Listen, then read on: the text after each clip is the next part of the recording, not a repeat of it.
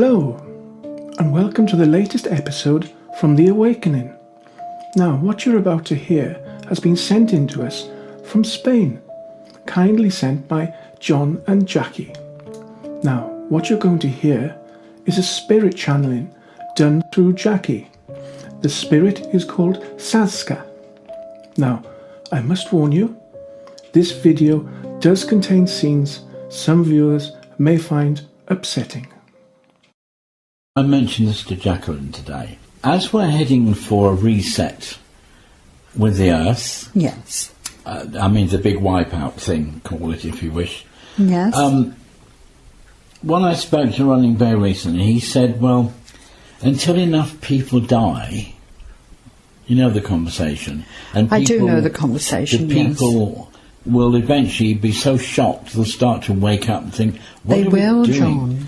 I'm sure they will. What you have to understand is, you see, you don't look at the things that show you how much people have come together during this period with this disease. How different it has made things in life, the way you shop, the way you go to work or not, the way you manage your everyday life. Everything has changed.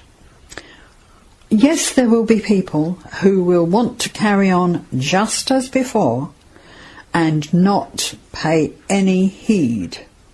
And that is fine for them in the short term. It is the long term that it won't be fine for them, because they will just blunder through life without thinking. Many people now are concerned about family and neighbours and loved ones, more in keeping with the time that you were a child. When you were a child, people cared for each other. They looked out for each other. If they didn't see the old lady down the road for a day or two, someone would go and have a look, see if she was okay. Did she need anything? But the life that people lead had become so disengaged from other people. They didn't care about neighbours or work colleagues, anybody. They didn't care about other people. They just wanted to centralise on themselves and have the best life they could. But a lot of people now realise that because they can't see loved ones, that this is part of the hurt caused by this disease. And it wakes people up to the fact that they have got relatives, older people, younger people, that they need to be interested in.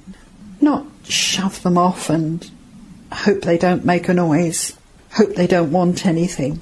And it's also people who lose everything.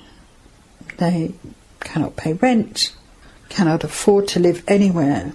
Many of those will be going home to their parents, even their grandparents, because they can no longer afford to live that life. And it's a reconnection, and it will bring forward, for many people, the family values that there used to be, not just in England, but throughout the world. And yes, the amount of people that have died does become horrific. But you see, until people actually start to connect with other people, and I do not mean in a physical way, I mean mentally, I mean compassionately, until they start to connect, they won't understand that each one of those numbers was a person with a life, with relatives and friends who are now hurting. Or they may know somebody that it has happened to. Somebody has lost a relative, a friend, and that's what makes people think. These aren't just numbers, these are people.